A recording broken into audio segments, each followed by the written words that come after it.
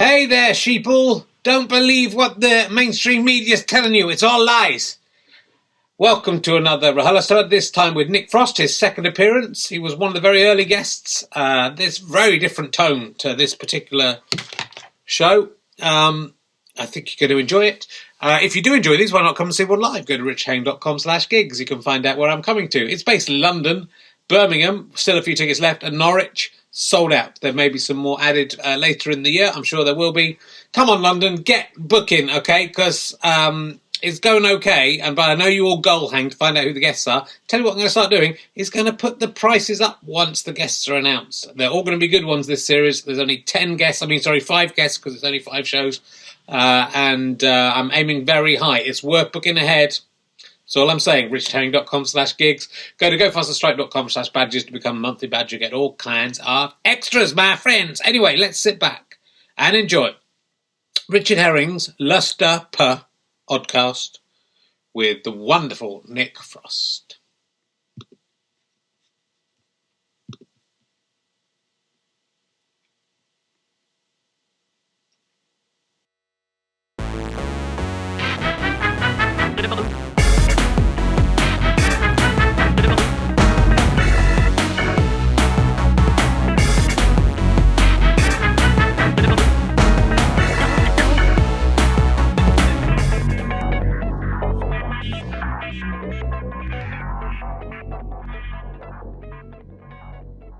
Ladies and gentlemen, welcome to the Richmond Theatre. You're much better than last week's audience already, I can tell.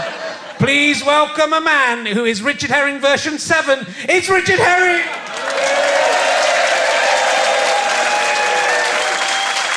I've been taught all the moves, I know what to do. It's all right, I can do it. It'll be essentially the same time. Welcome to Richard Herring's Loving Solero's Thrilling Parties. I've made the P stand for something different. That is against canon. It's a new podcast about ice cream parties. It's a great thing. I was hanging around in the Railway Tavern in Richmond in 1994, playing the Addams Family pinball all day long on one go, £1. I was very good at it. And during the Mamushka, the thing told me he calls it RHLSTP. That is a very niche little reference there. For people, A, who lived in Richmond in the 1990s, and B, who have played the Addams Family pinball game, which is the greatest pinball game in the world, and I believe the greatest achievement of humanity. I'd go that far. If you haven't played it, go find one and play it. It's fantastic. I did spend a lot of time in Richmond in my 20s. I had 2 girlfriends who lived... one lived in East Sheen, and one lived, we spent a lot of time hanging around in Richmond, and she was an actress, and I was waiting for her. She was at the Orange Tree Theatre all day rehearsing, and I would just spend all day in Richmond playing Addams Family pinball. It was very good. It was really good. I went into the Railway Tavern to see if the machine was still there. I was so sad. But if it had been there, I wouldn't be here, so you're quite lucky. Then I had a mad girlfriend who lived in Richmond. Thanks for that. Ruined my life. The other one was nice. I do look at the papers. Richmond is a very posh place, I have to say. They've got a lot of famous residents. Richard E. Grant lives here. He lives here, but then you're not allowed to look at him when he's here. So it's fine. You see him in the street to erase that from your memory. Mick Jagger lives here, doesn't he? Yeah, they all live here. Mo Farah lives here. Yeah, okay, good. There's one bloke who knows. Oh, by the way, if you were here last week in Richmond, the audience were idiots. What idiots they were. The show wasn't called Boss Cat in America. It was called Top Cat. It was called Boss Cat in the UK. Because there was a cat food called Top Cat, you idiots. There's not going to be a cat food called Boss Cat, is there? That's why they call him TC. Or the way they call him TC, he's Boss Cat. Also, some bad things do happen in Las Vegas. But let's move on. We're here in Richmond. I look at the local papers often. I looked at TripAdvisor. There's nothing. There isn't anything to do in Richmond. I was quite surprised. Kew, that isn't in Richmond, is it? Twickenham, that's not in Richmond. There's a Richmond Walk that has 1 5-star review, and that's it. It's going to be good. You can get Brian Blessed or deliver your children if you go down to Richmond Park. I always look at the local papers. In the Richmond, whatever it is, Twickenham Gazette, the main story was Tesco criticised fulfilling closed Richmond salad bar with biscuits. That's the big news. That's the kind of... They had a fresh salad bar. People weren't using it, so they've stocked up biscuits there instead. And the people of Richmond are quite cross about that. Not so cross that they're buying salad, though. They're still delighted to have the Richmond. So, like a lot of places, I go to Leicester. In Leicester, it was quite difficult to pick anything out of the local papers that wasn't just someone being murdered on drugs and shot. I think, like, that's it. That's Richmond for you. It's a lovely place. Thanks for all the memories. Mainly pinball-based memories. Right, my guest this week, he's probably best known for his... I meant to change my jumper.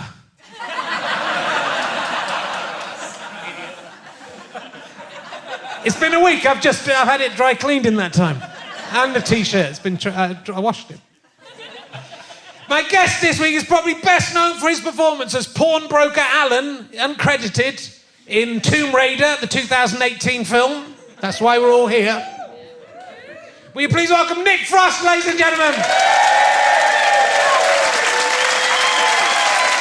Hello. Come in, sit down. Very good. How are you? I'm all right. You all right? Yeah, I'm very good. Hello, everyone. I'm very, very, very good. It's lovely to see you again. Thank you for highlighting Alan. Yeah. How was that pawnbroker Alan? I loved it. I loved it very much. Yeah. I got to wear all my own clothes and my own glasses, yeah.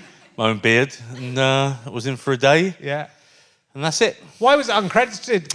I didn't want to credit for it. Okay. I was just cool. I was like, I'm all right. I'm good. Well, I'm glad I liked it. I watched my bit. Yeah. I was like, yeah, I like Alan. I'd like to see more of Alan. Well, I think he sounds good. Pawnbroker Alan. It's a good name. That's why I went for it, because of the name. Yeah. I just thought he sounds like a good character. He's a good guy. I guess he was a pawnbroker. Yeah. Called Alan. Yeah. Pawn shop here in Richmond. Yeah. Did you do any more research into the character than? I bought and sold some gold. Yeah. And some platinum. Yeah.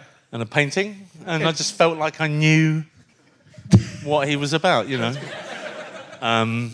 Jamie Winston, of course, plays my wife. Right. Ray's daughter. Okay. And she's very brassy. She helped, I think, bring, some trueness to Alan. And I'm going to watch the film now. It sounds should. great. It's great. Cycle through to about 2 hours 54 minutes, and you'll see Alan. If it's on Netflix, I'm watching it. So I'm going to make my wife watch it. Yeah, I was saying this to you backstage. You've been on RHLSTP before, but there probably wasn't this kind of crazy thing going on then. But it was the number 6. I think you were trying to get it into the consciousness of the audience. I was trying to establish it then. So that's a long time since and that's the last time I saw you, I think. Yeah, that's the last time it was. My goodness. It's like, the time has passed by very quickly. I'd have said that's about number 54, Nick Frost. Right. Number 6. I'd barely started. I think if I'd known you were that early in, I probably wouldn't have said yes. No, I can see that. Can I have some water? Yeah, no, of course I was going to do. I should have done you first, Nick. You're very right. Thanks. It is water, isn't it? It is water. It is water. I'm not drinking. Are you still not? Have you been off drink? Are you back on? Yeah, drink? no, I'm off drink. I've stopped this year, but you've been off for a little while. Like 2.5 years. Yeah.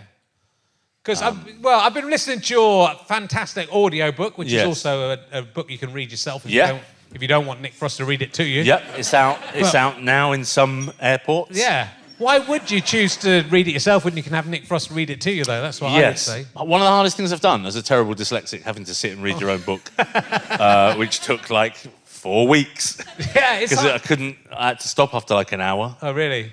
It was too much. There's one bit in the middle of the kibbutz story where it's a sentence stops and then a new sentence starts and your voice is noticeably very different. I've been away for 3 weeks. Yeah, almost to the extent that it's a different person. I thought it was a tape face they brought in a different Nick Frost to finish the book.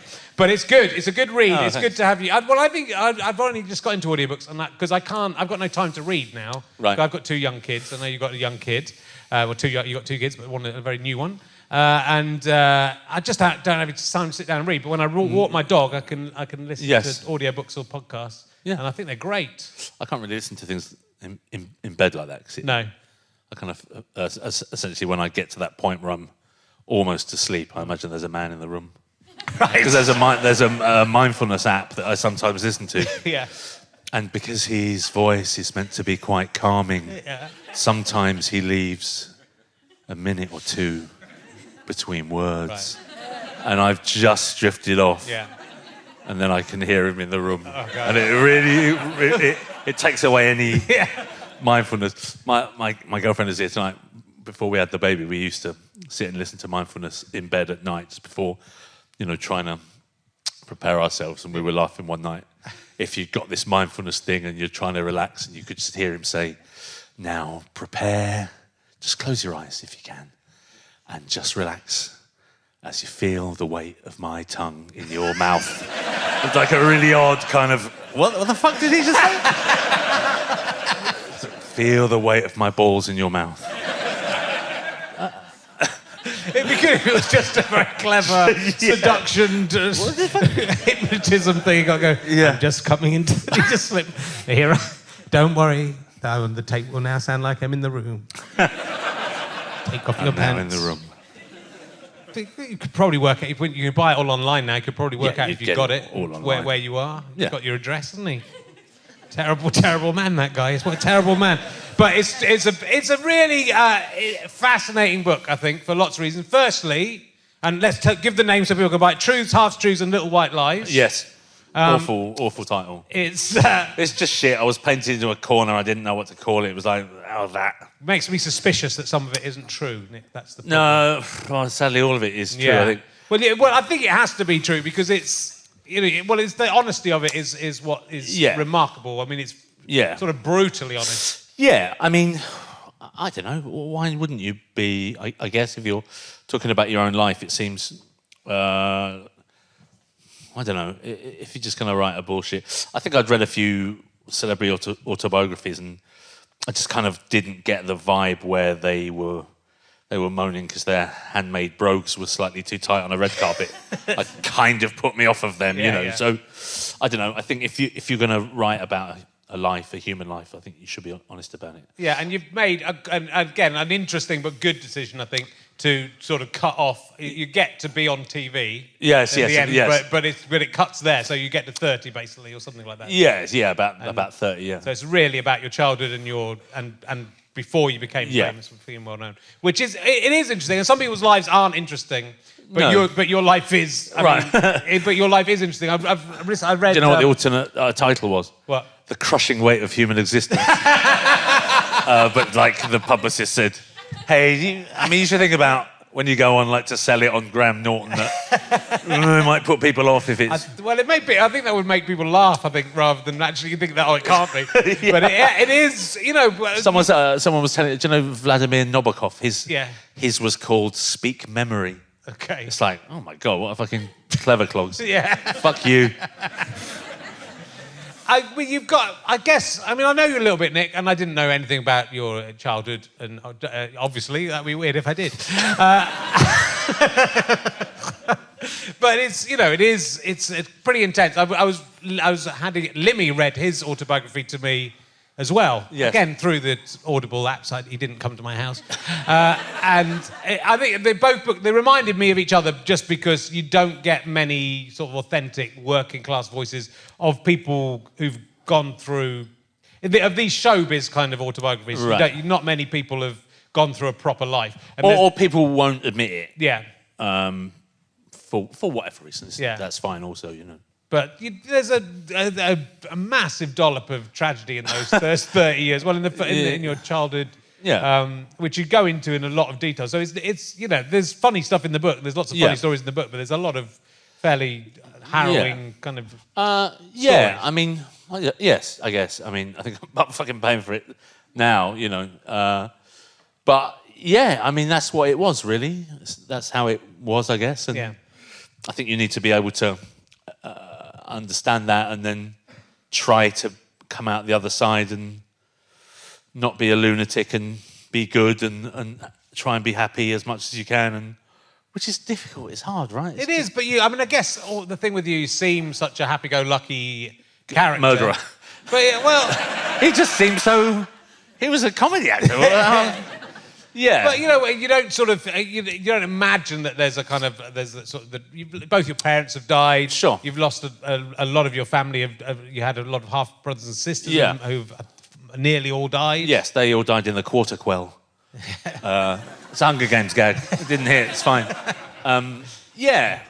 But that's just that's their life, isn't it? That's human life. It is. I mean, I think it's brave to write about it and interesting to write about it. But I think it is. I think that's just that. There's a very similar story in Limmy's book about going out smoking spliffs in the car and the police. It's a very similar story. Which made me think about it. But both these books tell this kind of working class life of life being quite bleak and there being no obvious future and wasting time just to pass the time. Work out. I mean, fuck knows what I'd have done if I hadn't become an actor, or a writer. I don't know.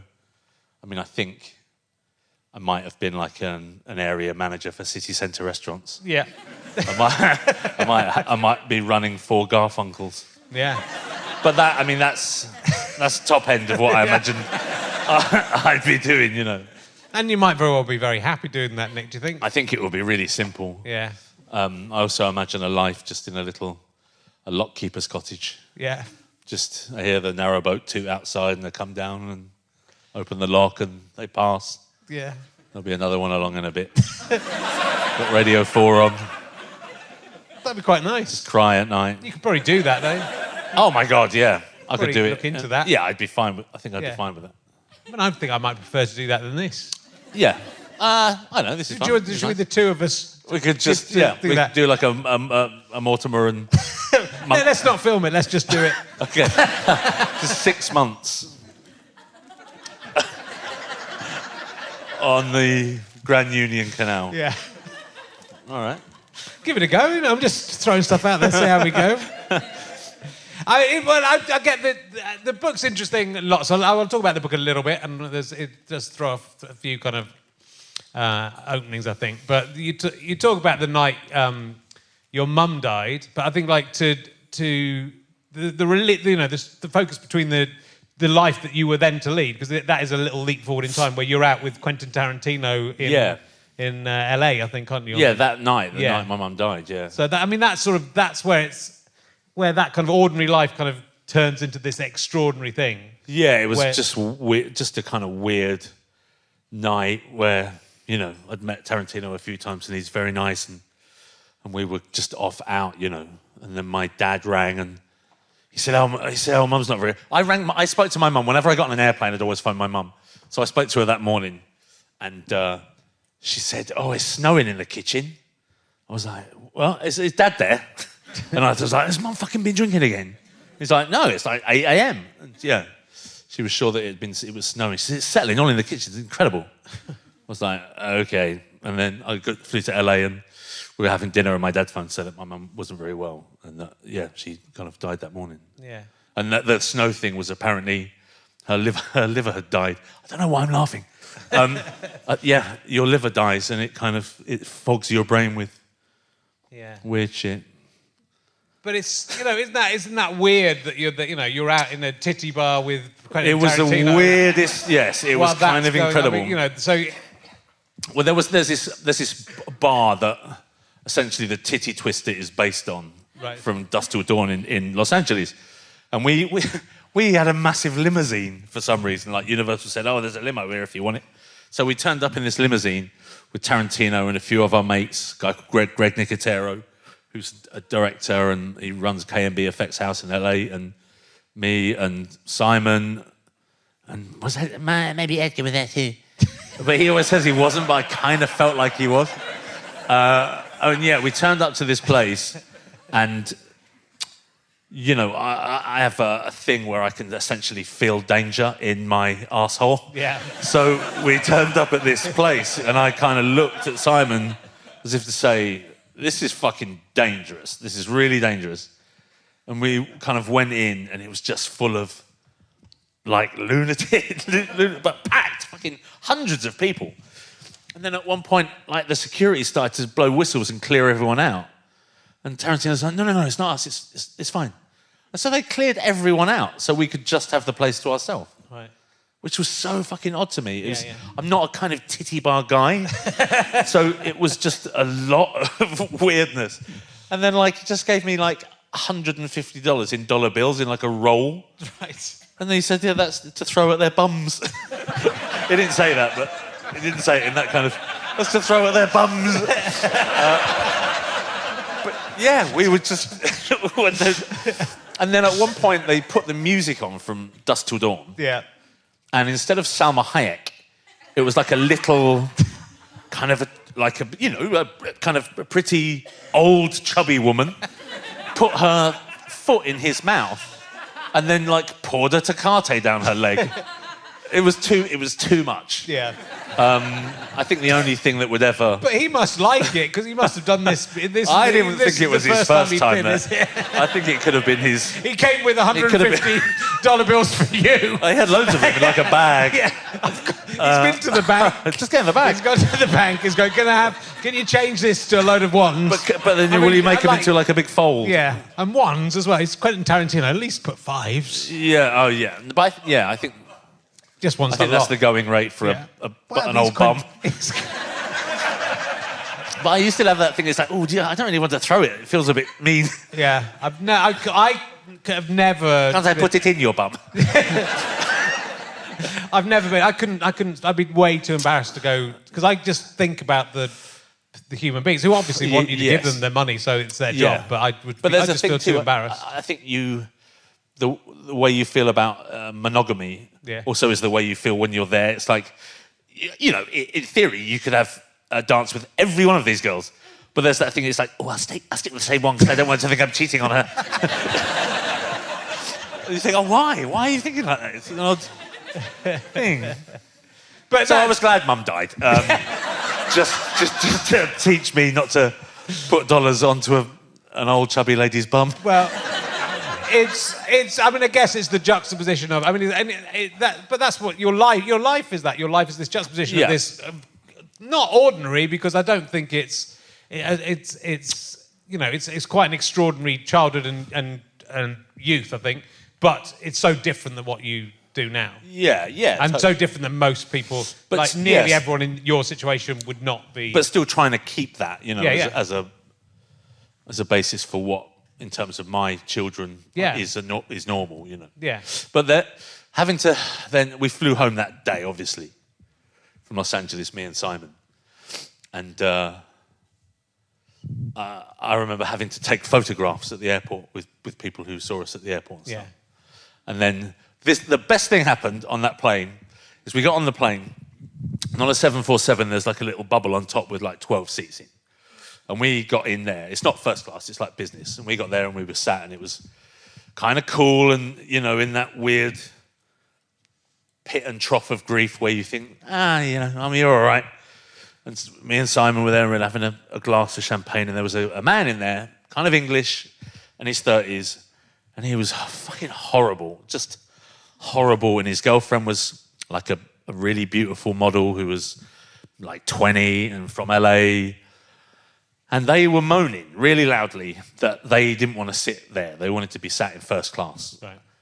And it went on and on and on. And he kicked up this fuss and that. And the lady was saying, there are no seats in first class, so I can't. I really would, but I can't. And so, obviously, he was getting so much grief from her. At one point, he stood up. He said, right, we're fucking getting off. Come on, let's go. And he got up and she got up and they walked off, and people clapped, and so then we had to wait 30 minutes while they offloaded all their shit, and then we took off.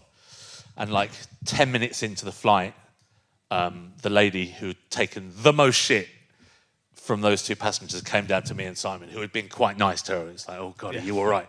And she showed us their passports that they'd left on the plane. And we were now, you know, flying over Compton. Fuck you. My mum just died. But I mean, it's the whole book is about you trying to come to terms with your relationship with your parents a little bit as well. But she sounds like the story about her confronting the kids who are bullying you. Yes, yeah. Is sort of extraordinary. Yeah, I mean, I think if my mum... I was bullied for quite a while by these two brothers who were a bit older than me, and they would follow me. They didn't go to my school, but they saw me on the way to school and on the way back from school, and they made my life kind of unbearable. And one day they happened to bully me outside of my own house. And my mum saw what had happened, and she came thundering out and literally just kind of fucked the kids up a bit. She had slapped them round the mouth, and then she took me in. Am I telling it? Is that all right? Yeah. Okay. No, do, yeah. So mum took me in, and she was like, "Come on, you can't let this happen." And she went off to make tea, and as she was making tea, I could see like a big woman walking up the front path, and there was a knock on the door, and I went and knocked, and this kind of massive Essex woman said, "Is your fucking mother in?" And I went, "Yeah, just hang on 1 second." And I just went and said, "No, Mum, this is the door for you." And my mum opened the door, and then for 10 minutes I watched two middle-aged women have a fist fight in not just my front room, it then rolled out into the front garden where other mothers came to watch. And it finished, I don't know if this is like a thing between working class women, it only ended when my mother ripped every button off of the woman's coat. That seemed to be like a thing where that was the only thing that could stop them. Yeah. If she'd left one, they would have had to have kept going. But it got to a weird thing where, like, my mum said, leave the fucking... She wasn't from Essex. She said, leave the coat with me and I'll put the buttons back on. And sure enough, my mum sat and she put the buttons on. And then, like, that was it. I never bullied again. Just honour was served, the buttons were put back on. But my mum got hold of me as well. And she said, don't ever fucking let someone in when they're going to come and beat me up. But it's So I've taken something from that. I've never done it. No, you never let I never did it again. No. But what's extraordinary about it is that the other mother didn't... there was no... Can you tell me what happened before we have a fight? Can you say... No. There was no... Like, you hit my kids, I'm coming Boom. for you. And then, it ends, and then there's this moment of honour. Yeah. That, OK, you've lost, but I'm going to do something for you Yes. that will save face somehow. I mean, it's sort of beautiful. It's kind of Mike Lee But it style. Two mothers fighting for their kids as well. I mean, the other woman's fighting for her kids that she thinks have been abused by some strange but assuming for no reason, though. There can be no reason this has happened. She's gone mental and beaten up to your kid. But yeah, I mean, she's quite an extraordinary woman, but obviously had a big drink problem. Yeah. But then is the fear of that happened to your mum? Is that part of the reason you've given up drinking, or is it? Yeah, I think so. Yeah. I mean, I think it would be short-sighted of me to ignore that. I've got kids, and I was saying to someone the other day that I was very mad at my mum for a long time. I couldn't know why. I didn't understand why that she could drink herself to death and not be my mum forever. Yeah. And I got to get to a point now as a 47-year-old man that I think I kind of get it. Yeah. I get what could happen to someone where that was the most important thing in the world, even though that is the most important thing in the world, if you know what I mean. Yeah.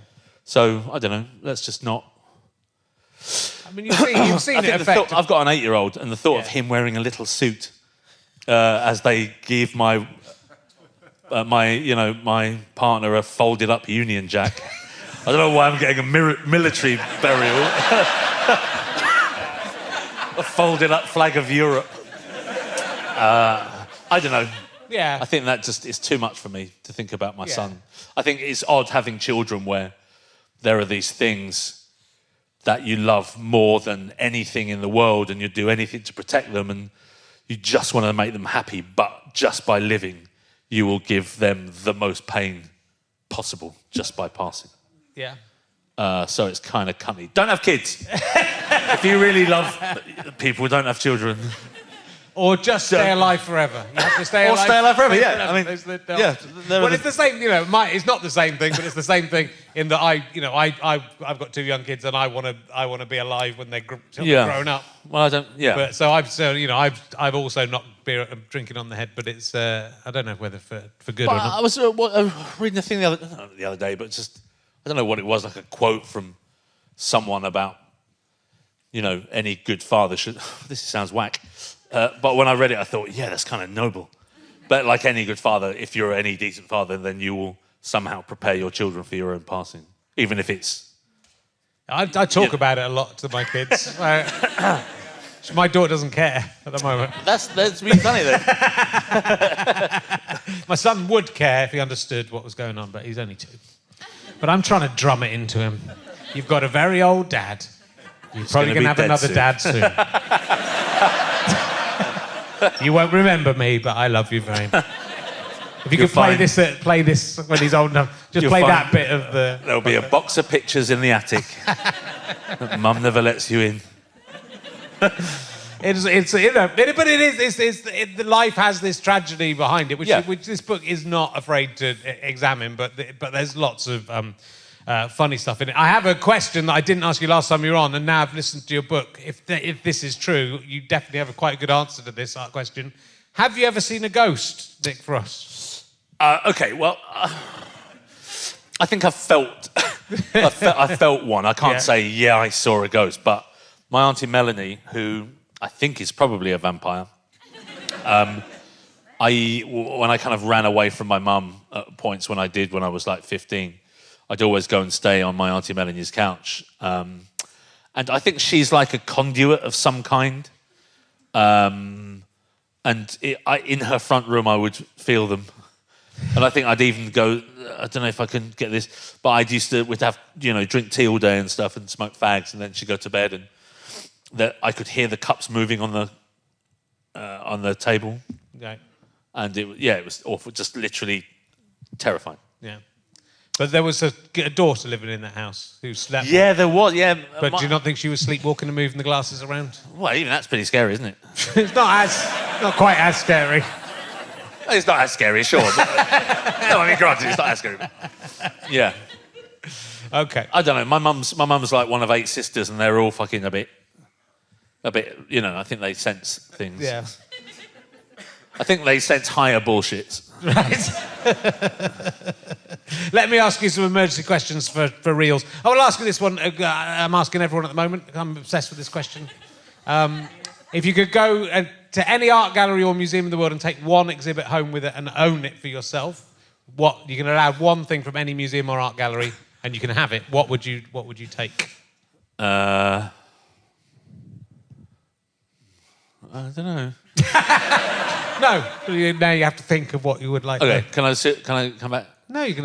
Maybe like an Anthony Gormley, one of those things, like the hymn. What are the men? His metal hymns. The metal hymns that stand on top of buildings, cool, right? And stuff. Yeah, it's quite nice. Where would you just put that in your bedroom? Yeah. Have your mindfulness tape gone? Yeah. Imagine that guy saying. I'll just pop him in next to my girlfriend, and she can feel that there's someone there. As a human form. Yeah. Well, on a similar note, do you believe that having sex with a robot is cheating on your partner, or do you think that should be allowed? No, you're allowed. Unless it's sentient. Yeah. I mean, is a fleshlight cheating? Well, that's a good question. I fucking hope it isn't. Well, what if it's a very It depends if the lid you use is ex-girlfriend's mouth. If you had one specifically made, then I feel like that kind of would be cheating. Yeah. But what if it's just a very sexy person that an actress that you've never been out with, that you made? You could make like Gemma Chan. If Gemma Chan was made into a sex robot, my wife wouldn't let me have sex. When I said, "Would you mind if I had sex with a sex robot that looks like Gemma Chan?" She said she would mind. She wouldn't mind. She would mind. She said she would consider it cheating. Whereas what I if argued it didn't have skin on? What if it was just the metallic bits with a working anus? But that doesn't seem so bad, right? That seems more palatable. Yeah. We didn't say a working anus. That was the worst possible tone.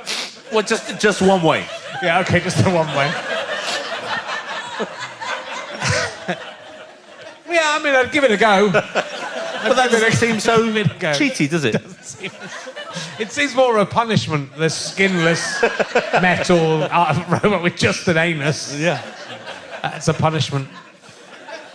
That's another chapter in my book. The story of you losing your virginity is it's fairly bleak. Yes, I kind of forgot that I'd put that in there, if I'm honest. And now regret that I Do did. you? Okay, is that one of the things you... No, I mean, if it's there, then... Yeah. I think we can actively chat about it. Yeah. I think it was only years and years later, like 30 years later, that someone said that, hey, perhaps that wasn't right. Right. That I thought, oh, yeah, you're right, I was raped. Well, so basically you were seduced by a teacher on a field trip. Yes. A female teacher. I'm not homosexual. Yeah, just weird. Just a weirdness about it. But it's weird. It's weird because... So you're 16? Or, yes, yeah. it was my 16th birthday. Well, happy birthday. Thank you, Mazel Tov. But it's weird because of happening that way round, and especially, I think, probably at that time, it wouldn't have even been seen as child abuse, but she was a 38-year-old teacher. Yes, I mean, it was odd too because there was kind of boyish chat about it with the male, with the sports masters and stuff. Yeah. It felt kind of whack, but it seemed to have it didn't see, if everyone's joking about it, then it must be fine, right? You know what I mean? Did everyone burst in on, she was sick? It was on a boat, It was on a tiny canal boat as part of a kind of like a journey, like a trip that we'd go on every Easter with the Canal Club. I was a member of the Canal Club. And just birthday, too drunk to go back to my own bunk, and it just kind of got pulled into hers, and then like the second it had finished, she vomited everywhere really loudly. How the fuck I've got kids is and like everyone then rushed in to try and clean it up, and but it's so weird. But I think really weird. I think in the in the 80s. It happened all the time. I've met so many people, mainly women, I have to say. So congratulations on being a guy who's managed to do it. That's the problem. Is there's that element of well done, son. Yes, which is not really. I don't really mean. But so many people, so many women who've had affairs with teachers at school. Yes, So I think it just happened, and everyone. that's part of it. It's the holidays, and then you get to fuck some of the 17-year-olds. Yes. It's fine. It's the 1980s. Come on, it's fine. Yeah. No one's ever going to change their minds about that. Watch Kes. Put Kes on. But it's... I don't know. It's sort of... It's sort of matter of fact in the book. But you don't, you don't really go into that, but it is... Because it was fucking weird. The whole thing was weird. I mean, I literally can't even say it without wanting to... it's just because it's weird. It's very odd. And, No, fair enough. Is everyone here? Is anyone here still? Yeah. Yes. They're all nice people, it seems. You think that having a teacher having sex with a pupil is somehow wrong. Yeah. If that is wrong, then... glad I didn't become a teacher. Yet.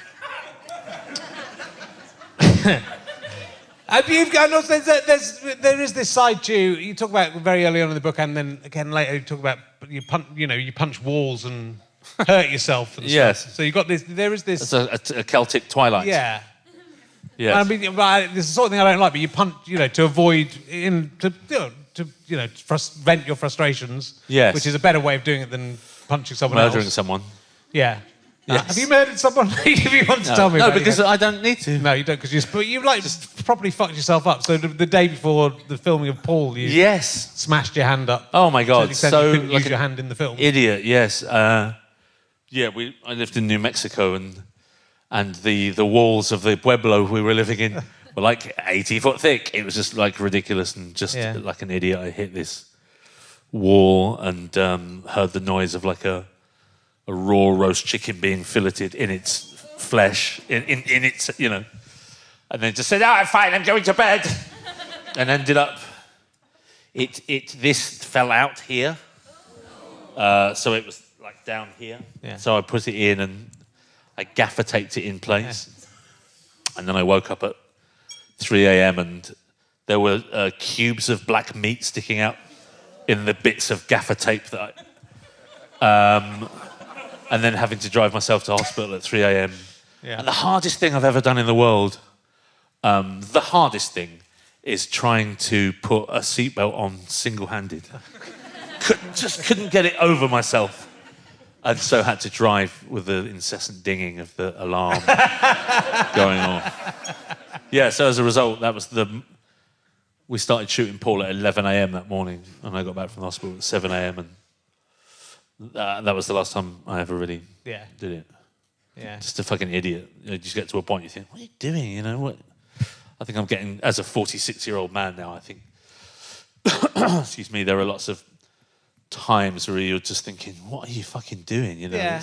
But I think that's why I read the book and just thought, there's stuff about your relationships in your 20s. I just remember that time where you're sort of having these relationships with people, but they're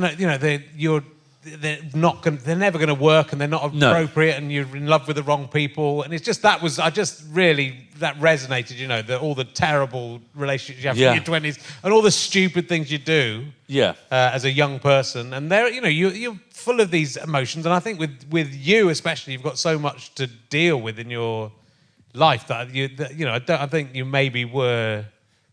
It's to do with all this stuff. Right? Of course it is. Yeah, absolutely. So it's really fascinating. Because I think at that point in my 20s, late 20s, early 30s, I'd kind of essentially, I didn't see my mum for 7 years. Yeah. I essentially left home when I was really young, and then, I think that was all part of that. Yeah. Just falling in love with the wrong people, and I remember the amount of time Simon had to kind of say, "What, are you all right? What, are you just really crying at 7 o'clock on a Sunday night, just in my pants in the back garden?" Yeah.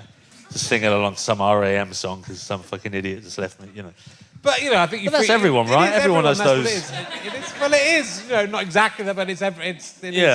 You feel things so strongly and things seem so important, and it's sort of so weird, isn't it? Because you think 20 years is not really that long in number of days, but how your life changes in 20 years is extraordinary. It's funny now as a mid-40s kind of man that I just think about how busy my mind was then as a 25-year-old, and thinking that everything I did mattered to everyone else, or it had an effect on everyone. It had this knock-on, and so-and-so's going to have the ump, and just fucking busy, And now I'm, as a 46, it's still there in a certain way, but it's a lot.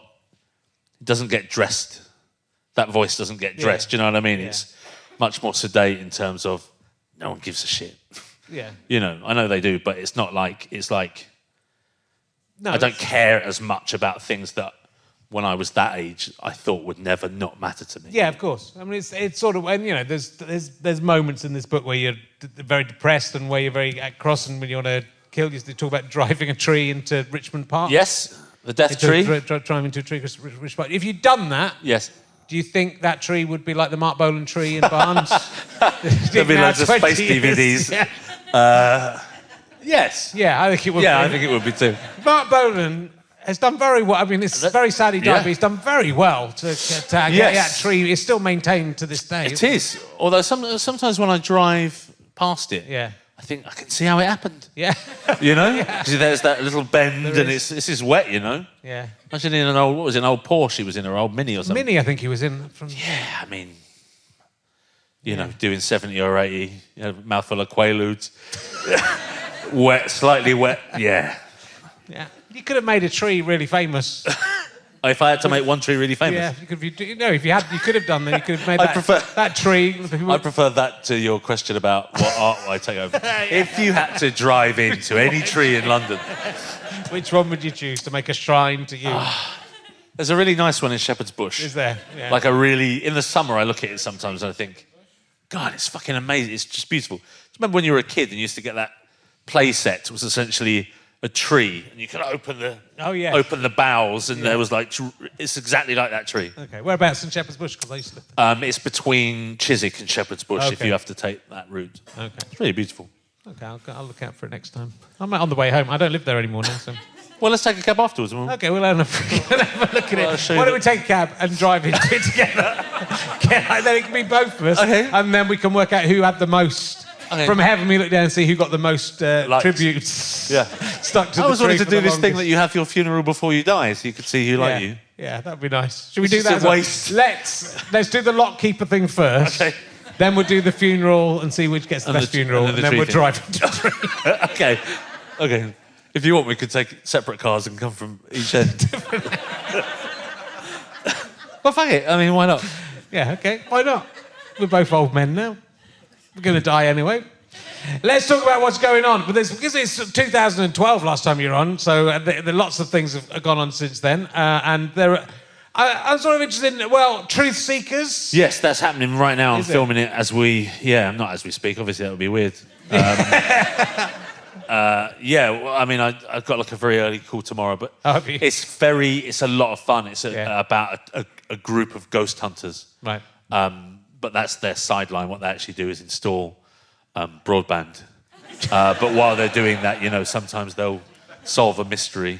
Yeah. It's like Scooby-Doo and CSI. I was going to say, Scooby-Doo. It's great. We're having a lot of fun. It's taken... I've got to say, the writing process was fucking awful. Right. And let's talk about it the next time, because it will be in the book. the next book. Just a terrible thing. And... everyone walked off the job. Right. Even me, even though it's my job, I walked out. Just infuriating and crazy. Well, I got a direct message from you about a year ago saying, would you be interested in coming and working on something? And yes. I said, oh yeah, I might be free, and then I never heard from you again. Wasn't that. It wasn't that, okay. No, it was about the... having your funerals before you die. But now we got to the shooting of it, and this is the good bit. Simon. Is it you and Simon? He is, but yes. I mean, I think whenever we're kind of connected slightly, because our company's producing it, people are like, let's sell it. It's the Nick Frost and Simon Peck's new thing. But it is in as much as we're making it. But I think we're in like 8 scenes together. Okay. Which is 6 scenes more than anything we've done for a while. Yeah. Which is fun, and they're fun scenes. But it's nice. Shooting is the best bit because everyone is having a laugh, and it's difficult and terrifying, but fun, and the food. Do you find writing harder as time's going on, or no? I think I'm getting better at it. Right. I think I know more words. Yeah. That's I know it sounds simple, but I think I know where they go. Yeah. I'm enjoying it more. I think once you have your own, I've written a book for fuck's sake. So I think for a long time I didn't imagine that my voice mattered or the way I put words together was right. But I think as I'm getting older, I'm like, it is right, Yeah. Well, you always wanted to be I always wanted to be a writer, a novelist, you know. But I look at, Hunter S. Thompson or... you wouldn't look at him and think, oh, yeah, you'd think, he's a fucking lunatic. But it's just, you find your niche, I guess, right, as a writer, as a human. Yeah. And Captain Pugwash, is that happening? Well, listen, I think we had a problem with the Chinese investors drew out of the project. It's odd, because they come to you with a thing, and the script was great. Yeah. And they say, hey, we got 80 million Chinese dollars. It's like, okay, this is good, we make the film. But it's all about, I think with the best will in the world, trying to make enough money back on an investment where I play Captain Pugwash, it's never gonna happen. Well, it's a weird choice, because I don't think it was was it a worldwide phenomenon? No, I don't think it was. And it's quite a long time ago. Yes. So it's only people like my age. Yeah, agreed. Do you remember Captain Pugwash? You probably just about remember it. Yeah, so a little bit younger than me. Who remembers Captain Pugwash? You're all old. It's quite a niche. But it is. You would be very good. Yeah, I even practiced the... Did you? Yeah. I know, these things come back round. Last year they phoned and say, hey, we're on. I'm like, okay, cool. So, it would be fun to make. Yeah. I wanted to. And what about Svalta? Svalta, yeah, it's a horror film set on a tiny Swedish island. Yeah. So I'm kind of writing that now. With the aim of, I'd like to shoot it next year if possible. Be a small crew and head off to some island and make some fun, you know. Yeah. So it's about serial killers or a serial killer on an island? Yes, a British family go and hire a B&B on an awful things happen while they're there. And comedy, really? Is it mainly comedy or just slasher? I think comedy in as much as people are funny. Yeah. But not killing, you know. Well, you know, killing can be funny. Killing's been funny Depends in some who of you your kill other films. It depends who you kill. Adam Buxton you killed, that was funny. That was a funny death, yeah. Yeah. Yeah. Okay, I'm going to ask you another emergency. I'll go Okay. old school emergency question. There's been a lot of gaffer tape in these 2 weeks, hasn't there? That's what I've noticed. Let's ask you this, because I've got loads that because you were so early on. I haven't asked you. If this is about me coming in my own mouth. It isn't. Okay, well. That's the only one I've asked you. Okay. So I'm not asking that again. If you were going to be put in a human centipede with 2 other people. Yes. But and I like the fact that I don't have to explain what Can I human say I centipede know is. I've had exactly this. You're in the middle. Okay, fine. Yeah. Well, that's the only stipulation. You have to choose who's at either end of you. You can have anyone you want. The mad scientists allowed you to choose. Okay, I'd have Boris behind me. Okay. Johnson, and like a girl that didn't eat much in front of me. Yeah. Or a boy that didn't eat much. Okay. And was that what question you thought you were going to get asked about it? No, I think you're asking what ideally would be my position. Okay. Where would you like to be? I'd want to be at the front. Yeah. Honest to God, if I was at the front, I wouldn't give a shit.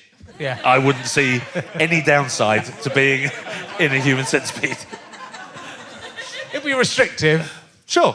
I mean, the others would die, presumably, Yeah. fairly quickly. But they would... As long as you got the telly. You'll be all right. Or you get them into a rot little, off eventually, right? little cart. Yeah, they would. I mean, to what extent do you can wriggle out of the stitches with enough wriggling? I don't know, maybe. I think once they start to rot, then perhaps you could... And can you pick... Have you got your front hands? You have your hands? Yeah, you can just nip back. It's just terrible. Great. That's a chapter in the book.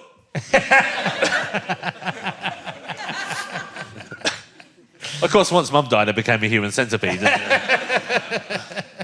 It's very sweet about you and Simon. I'm sure we talked about you and Simon before, but there's this bromance. Sure. I mean, it's as close to being a love story as between 2 men who aren't having sex with each other, presumably, most of the time. Yeah, at that point. I mean, that was Yeah. 30... No, it wasn't 30 years ago. It was like 25 years ago, Yeah. I mean, relationships must evolve, I think. Yeah, well, it's, I know, I've been in some double acts and it's very hard to, maintain that friendship through the intensity of working. Yeah. I mean, I think we've done it by being separate a lot the last kind of 5-10 years. I think we text and that, and, I think having a company and then seeing each other in the office and having a good laugh, I think you think, okay, that felt nice, Yeah. There it was. Yeah. And maybe that's enough, I think your focus changes onto children, and he's not my child anymore. I'm not his child. I have my own children. Yeah, I mean, you've both been very successful, but like in quite different directions as well. Yeah, agreed. Yeah. It's no, it's all right. I'll see what happens if I go quiet for a second. It's crushing. But you shared beds and shared. Yeah, we did. Yeah, we shared bed. We shared because he slept on my floor for ages next to my single bed, and then it was cold one night, and so he got in, and then it got to a point where we'd sit up in bed next to each other, reading a big book about Christmas, and like he'd have one page and I'd have the other, and we'd be, or sometimes it was the Guinness Book of Records or a book about famous hauntings. Yeah.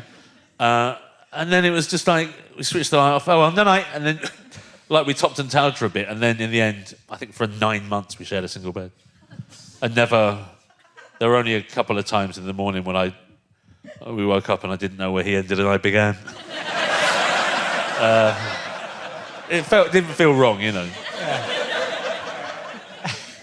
It's quite, you're more hedonistic than I was. I was very scared. I never took drugs really at all. Yes. You obviously were quite different to me in that respect. Yeah. You took quite a lot of drugs. A bit, yeah. I think I found something I was good at. Yeah. were you ever? Because I was too scared to do it. But was it just the escape element from life? It was about finding a place where you could be.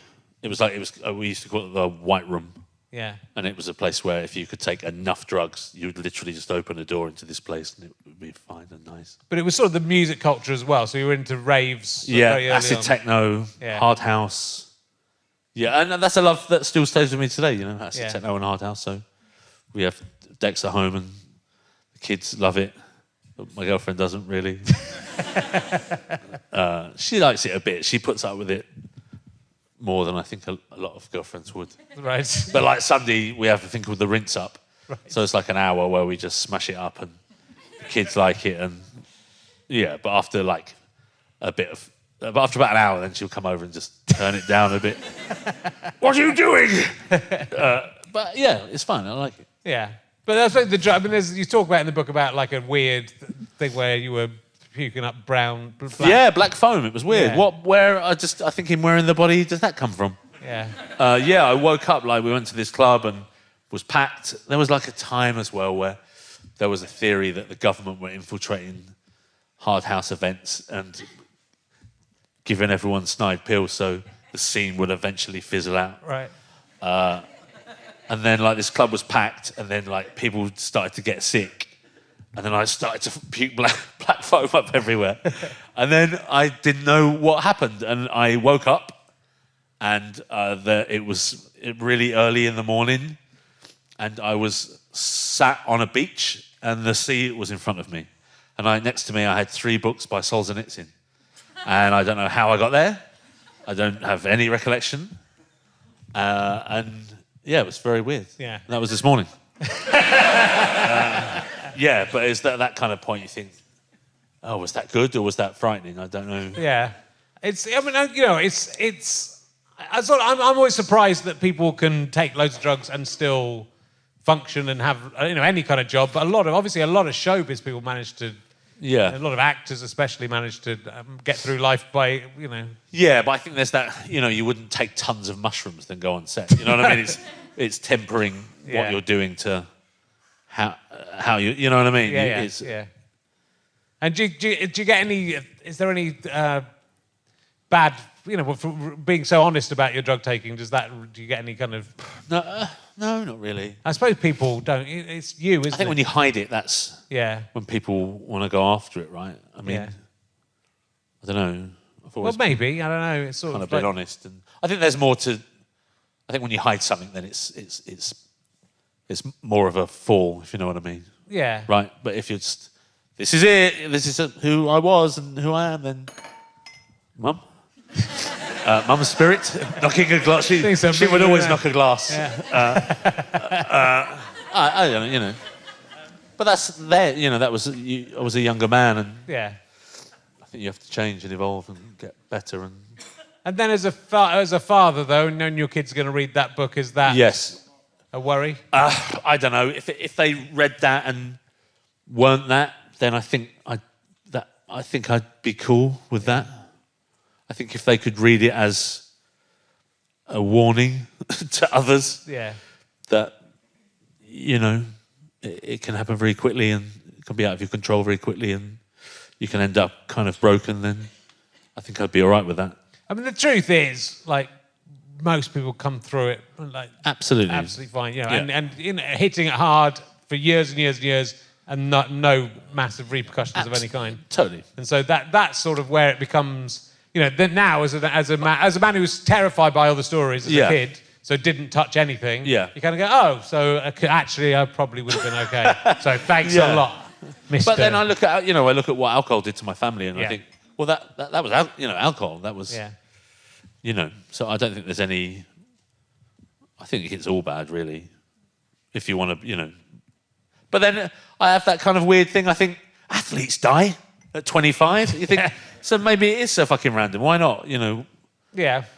But then my girlfriend's like, "What are you fucking talking about, you idiot?" I'm like, "Oh yeah, you're right."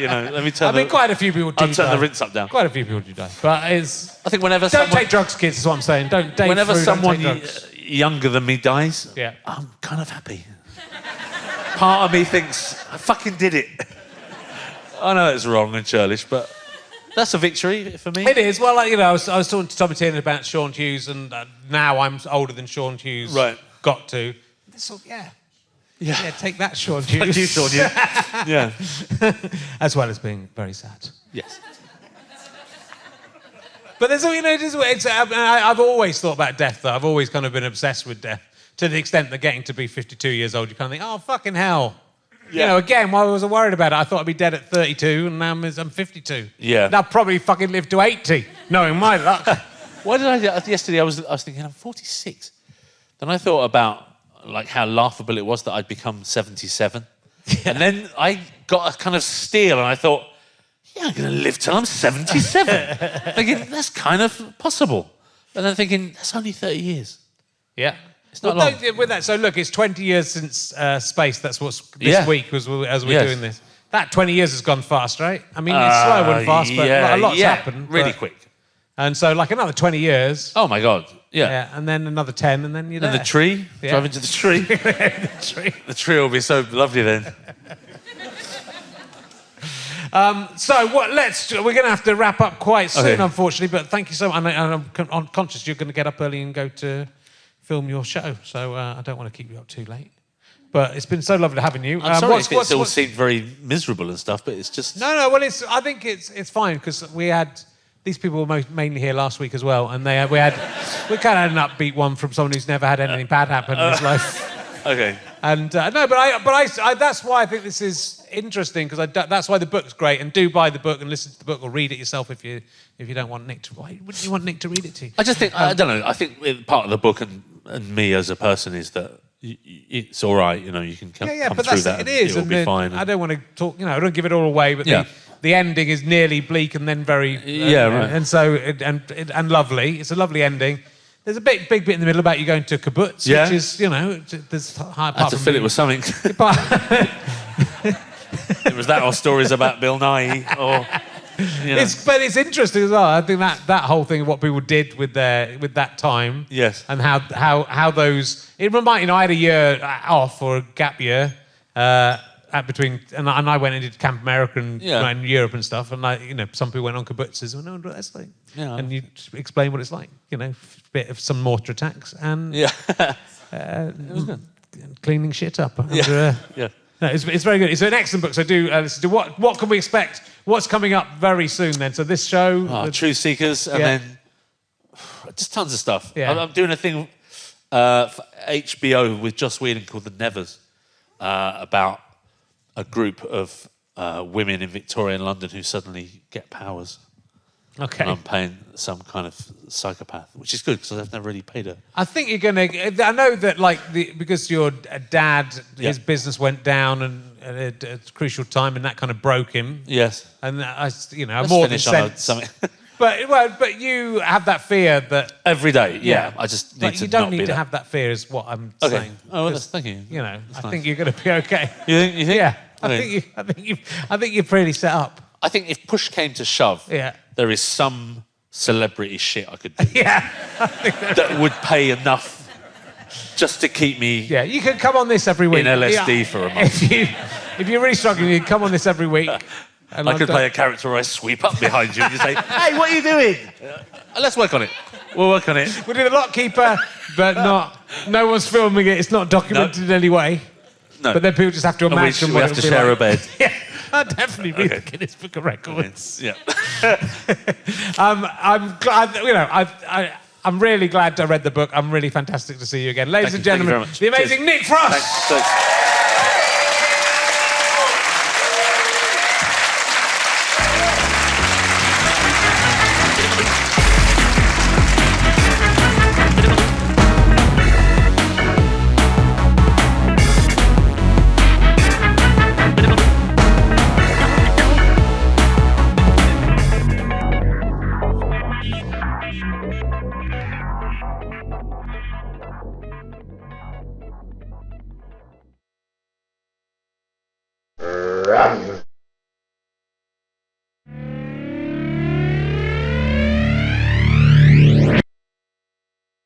How'd you like them sky potatoes?